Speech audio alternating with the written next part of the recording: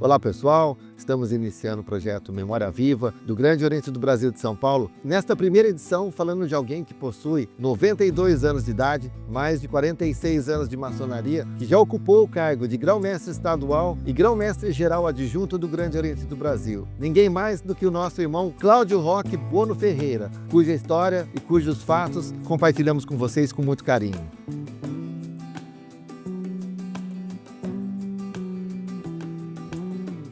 Meu nome é Cláudio Roque Bono Ferreira, de profissão sou médico. Logo que formei em 1960, fui fazer ginecologia e obstetrícia, já temos 66 anos de formado. A minha iniciação na maçonaria é uma história que foi longa, porque eu já venho numa família maçônica, da Amizade 140 aqui no Grande Oriente do Brasil. É a primeira loja da cidade de São Paulo e a segunda do estado. E os parentes do meu pai já pertenciam a esta loja, de modo que por historicidade eu deveria ter nascido nela. Mas eu achei que devia ter um caminho que eu próprio devia me afirmar na maçonaria. Eu fui convidado em 1955, quando entrei na Faculdade de Medicina do Triângulo Mineiro em Uberaba, mas eu achei que era melhor entrar quando eu já estivesse formado, estabilizado e pudesse ajudar e não ser ajudado. E assim eu levei praticamente 4 anos para poder ser iniciado. Um absurdo, entende? Mas também quis mesmo fazer meu caminho maçônico por mim mesmo. Fiz 45 anos de ordem este ano, ininterruptos. Como aprendiz, eu tive uma vida muito interessante, porque eu era oftalmologista e nós tínhamos uma clínica grande, eu operava muito e economicamente está bem estabilizado já. Então eu fui convidado, que ia me apresentar, era um irmão e como eu não pude entrar naquela loja, ele pediu para um companheiro me apresentar na Comércio Ciência. E ele arrumou um mestre que me apresentasse. E esse mestre ficou muito meu amigo. E aí ele fundou uma loja chamada Rafael Luduc, existe até hoje. E eu como aprendiz, eles estavam, mas vamos ter dificuldade para montá-la. E eu e o Miguel falamos, vamos ajudar, vamos. E montamos a loja, economicamente ajudamos nossos irmãos e eu me entusiasmei tanto, eu ia a todas as sessões apresentar um trabalho lá, porque na minha loja eu só podia apresentar um trabalho de tempo em tempo e eu estava entusiasmado. Então eu já ajudei a fundar uma loja como aprendiz. Como aprendiz, também teve uma sessão que ficou basilar na minha vida, porque nós estávamos lá, eu, o Silvio Ortega, que está na Jacques de Molay comigo agora, entrou 3 meses antes do que eu, chegaram e falaram uma sessão que eles iam fundar uma outra obediência. Então eles deram a palavra primeiro para o mestre instalado. Eles puseram em família, depois para os mestres, aí pediram a opinião dos companheiros, ninguém quis falar nada dos aprendizes, nós tínhamos 10 aprendizes na loja. Ninguém falou, eu pedi a palavra e falei que eu não sabia os parâmetros ou as coisas que haviam acontecido para se mudar outra obediência, mas que eu tinha como pensamento e tenho até hoje que toda divisão é deletéria. Nem que se reja as duas partes, sempre houve uma cisão, uma quebra de cordialidade, de amizade. Aí o que falou meu venerável, muito inteligente, não, eu pedi opinião de aprendiz e companheiro, só porque nós somos liberais, mas só bota os mestres instalados. E aí voltou-se por unanimidade. E de uma hora para outra eu me vi o quê? Fundador do Grande Oriente Paulista. Aí fui falar com um primo meu, da loja Amizade, ele falou, não, Cláudio, espera você ser mestre, aí você vem como mestre. E eu, tranquilo, estava muito bem na loja, me dava bem com todos, não tinha desarmonia, uma loja de uma ritualística maravilhosa. Quando eu me vi, eu já era presidente do Kadosh, quando eu resolvi voltar. Foi uma outra circunstância, que é outra história. E já tinha estruturado o melhor Kadosh de São Paulo e do Brasil, com paramentos, tudo isso e tal. Eu tenho uma paixão por estudar, viajar, viajei todos os continentes, sempre trabalhei com relações exteriores na maçonaria.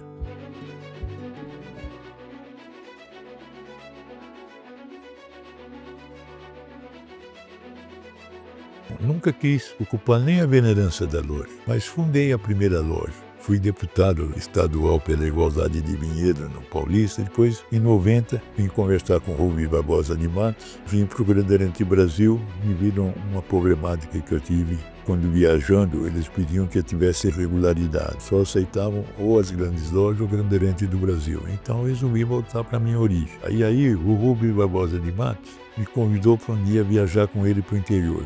E eu fui dirigindo. Ele falou, pô, você podia sair sempre comigo, então ele me levou até o Supremo Conselho. Veja as circunstâncias como uma coisa leva a outra. E como tinha o delegado da litúrgica, o Emílio Dimitrov, e o soberano Ney Coelho Soares pediu que eu trabalhasse com ele, e eu fiz uma proposta de divisão do Estado.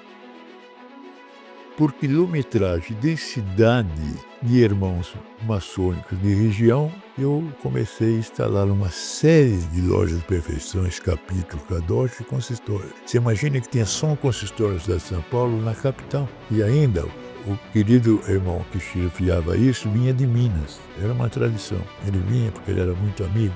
Aí nós iniciamos Araçatuba, Ribeirão Preto, enfim, fizemos uma evolução enorme em 2 anos. Entende? Aí eu me tornei extremamente conhecido. Então eu pleiteei com o Rubens se eu podia ser grã-mestre adjunto. Não sei porque me deu isso um dia na cabeça. Ele falou, olha, vamos esperar daqui 6 meses nós dividimos. Eu falei, não, se tiver alguém agora, você me fala. Não, não tem. 6 meses depois tinha, ele já tinha conversado com o João Batista. Aí foi o João Batista, eu esperei plenamente. Depois eu fui conversar com o João Batista para ver se eu fosse o adjunto. Foi difícil, porque ele tinha várias coisas. Quem me ajudou aí foi o Castelano, porque ele chegou no João e falou, olha, se não for o Cláudio, eu saio de grã-mestre e o Cláudio é meu adjunto. Vamos decidir isso agora. Se eu sair da porta, tem outra chapa contra você, João. E ele estava meio assim, pega o Cláudio, não pega. Aí ele falou, não, então bom com o Cláudio. E acertamos, aí fomos na Assembleia, lançamos nossa candidatura e aconteceu uma coisa muito ruim para mim. Porque era uma chapa só, mas votava separadamente, absurdo, no grã-mestre e no adjunto. E você não imagina, irmão, eu tive a infelicidade de ter 65 votos mais que o grã-mestre. E ele não me perdoou. 4 anos depois, quando eu lancei-me para grã-mestre, ele falou, como você fez isso comigo? Ele lançou um amigo pessoal meu contra mim. E aí foi uma loucura, porque eu tinha, contra mim eu tinha Dionísio Décio, Rubens Barbosa, Bonini e João Batista. E Laelso Rodrigues, grã-mestre geral do Brasil, contrário. E eu sozinho. Aí eu pedi ao Baluque que eu precisava ter um deputado de Jaez, tal, que tivesse nome político, eu precisava de votos, entende? E aí ele resolveu que tinha de ser ele. Então não foi que eu escolhi, foi uma imposição do momento frente a esse problema que se criou. Ganhamos a eleição, entende? Então quebramos um paradigma de 20, 24, 25 anos de sequência. E aí, o que eu fiz quando grã-mestre? Primeira coisa, constituí um grupo enorme e fui atrás dos que tinham estado com outro grupo. E o primeiro dia que eu entrei na Assembleia, que a gente ia entrar para dar uma palestra, eu já falei que eu trabalharia com as minhas portas abertas, nunca fechei a porta do meu grã-mestrado, a menos que fosse uma coisa muito delicada, aí minha secretária ia servir um café, uma coisa, depois abriria. E não precisavam nem marcar. Quando eu fui adjunto, eu larguei 4 anos de trabalhar de tarde para servir. E quando fui para grã-mestre, eu parei de trabalhar em medicina, eu já tinha uma certa idade, só para ser grã-mestre, entende? Então eu chegava às 7 horas e todo dia numa outra loja. Realmente foi uma época de sacrifício, mas uma vantagem. Na Assembleia, eu falei que todas as ideias boas da outra chapa eu estava incorporando. Se eles não falassem isso, foi tal sujeito ou aquele que deu essa ideia maravilhosa. Eu estava incorporando tudo a bem da sociedade na nossa ordem. Agora, qual foi o sucesso do meu grã-mestrado? Nós tínhamos na Assembleia um irmão que era contador e ele cortava todas as contas. Chamei esse irmão e eu sou formado em contabilidade também. Conversamos tecnicamente e falei, você faz uma lei que exija uma lei orçamentária, porque assim eu não posso fugir disso, mas vai se engessar, mas não vai engessar a mim.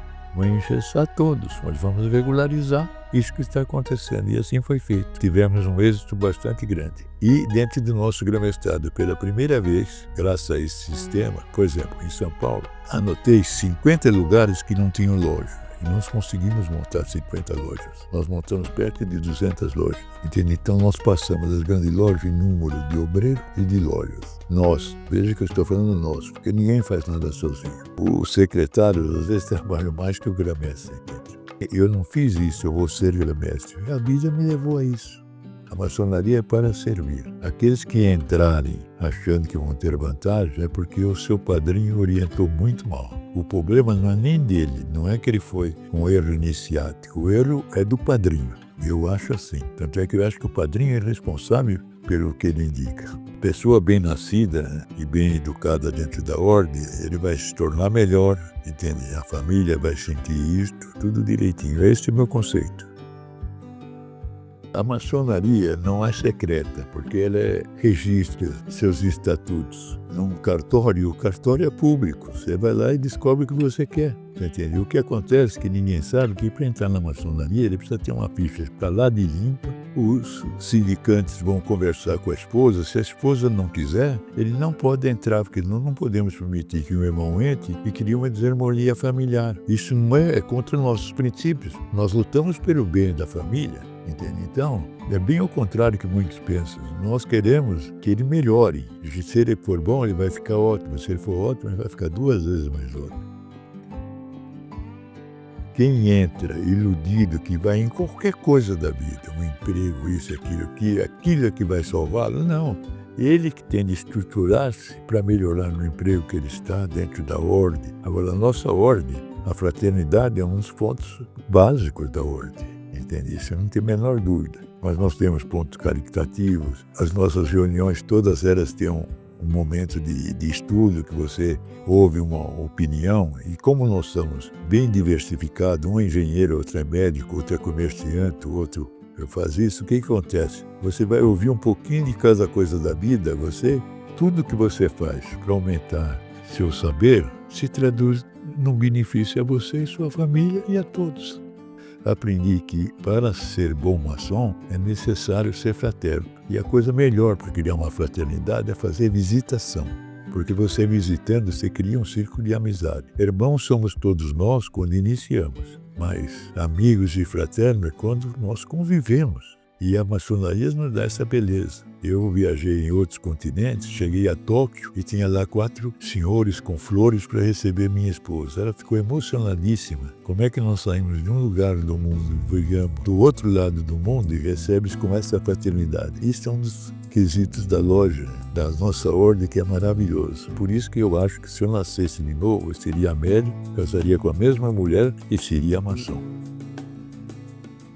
Se me perguntasse o que é ser maçom, é uma pergunta interessante, porque, como eu falei, cada indivíduo é uma unidade. E explicar aos neófitos, aqueles que adentram a ordem, que ser maçom, pelo menos as coisas basilares nós temos de explicar. Que é exatamente isso que está purificado na nossa trilogia: igualdade, liberdade e fraternidade. Você não é liberto se não tiver igualdade e fraternidade, e também não é fraterno se não tiver os outros dois, vice-versa. Precisa ter a tolerância. Por exemplo, tolerância zero, gritava um opositor meu numa das campanhas. Eu falava, não, tolerância tem de existir. O que não pode existir é conivência. Você erra, eu vou te ajudar você a pegar o bom caminho. Mas se você erra todas as vezes e eu colaborar com você, eu sou conivente, eu estou errando junto. Há uma linha tênue entre o que é bom e o que é ruim. E é por isso que em 45 anos eu não cheguei a ser perfeito. Sabe que eu cheguei à conclusão? Que eu vou morrer sem ser perfeito. A perfeição é só divina.